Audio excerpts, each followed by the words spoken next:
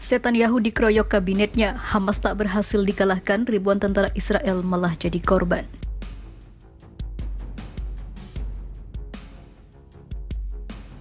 We had in the history of Israel where 400 people were murdered and babies, women and children were kidnapped, raped and burned to death.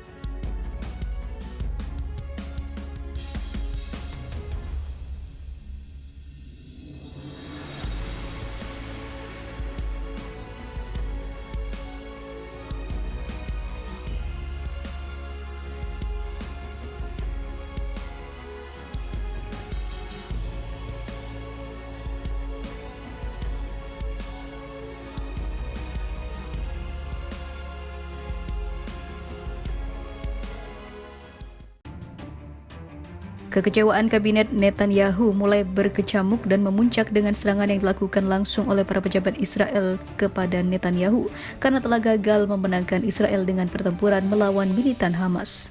Bahkan Netanyahu segera diseret dengan kasus korupsi dan kejahatan perang. Kini nasib Bibi tak dapat tertolong lagi. Perang Israel di Gaza telah berlangsung hampir 3 bulan namun gagal mencapai tujuannya, yakni menumpas Hamas dan memulangkan seluruh sandera. Di tengah kegagalan tersebut, Perdana Menteri Benjamin Netanyahu justru berselisih dengan para anggota kabinet perang Israel. Netanyahu mengadakan konferensi pers pada hari Minggu malam tanpa Menteri Pertahanan Yoav Gallant memperjelas perselisihan mereka. Ditanya tentang hal itu, Netanyahu berkata, "Saya menyarankan kepada Menteri Pertahanan malam ini untuk mengadakan konferensi pers bersama, dan dia memutuskan apa yang dia putuskan." Jawaban itu mengacu pada ketidakhadiran Gallant dalam konferensi pers tersebut. Namun Netanyahu mencoba meremehkan perselisihan tersebut dengan mengatakan, penting bagi masyarakat untuk mendengarkan kami.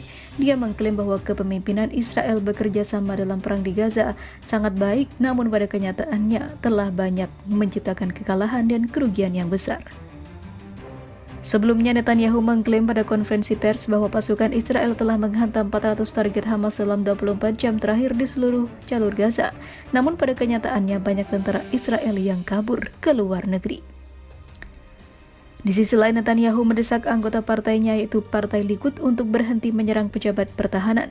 "Saya mendesak Anda semua pertimbangkan kata-kata Anda, terutama pada masa perang," katanya yang dilansir dari Haaretz. "Tidak ada tempat untuk serangan pribadi. Seluruh kabinet, IDF, pasukan pertahanan Israel, dan otoritas pertahanan bekerja sebagai satu tim, dan saya meminta Anda untuk tidak menentang mereka dan saya."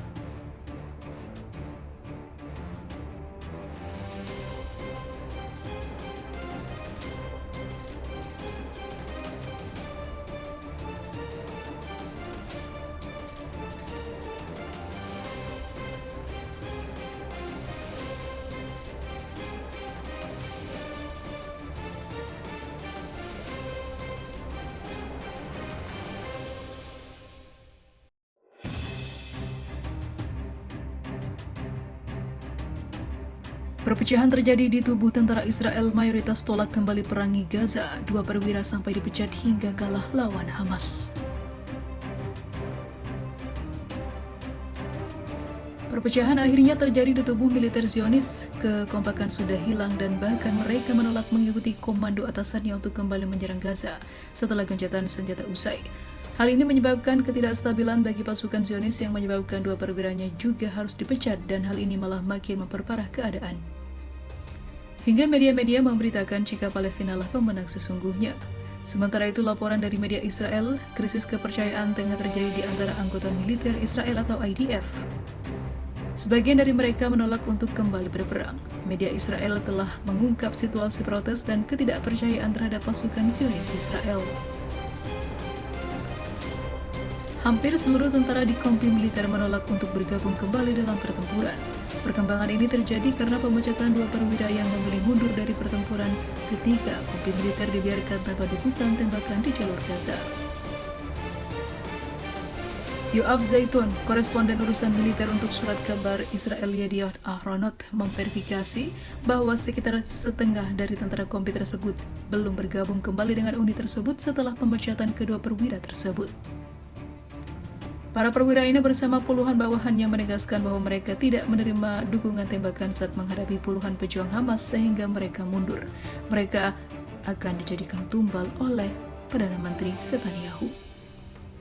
Dalam pertempuran itu, pasukan mundur karena mereka tidak menerima dukungan tembakan yang diperlukan dari anggota IDF lainnya ketika berhadapan dengan puluhan pejuang perlawanan yang menyergap tentara tersebut.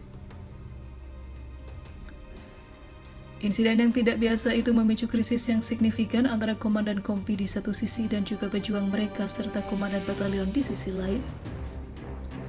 Petugas brigade mengakui bahwa pasukan tersebut dikerahkan dalam misi dalam kondisi yang tidak menguntungkan. Setelah terlibat dalam operasi yang diperpanjang di wilayah Gaza tanpa istirahat yang cukup, mereka mengakui kejadian tersebut telah menimbulkan suasana tegang di dalam batalion. Sementara itu, pasukan Israel mengakui krisis yang sedang terjadi dan menegaskan bahwa tentara dari unit lain dikerahkan untuk mengatasi kesenjangan di perusahaan tempat insiden itu terjadi.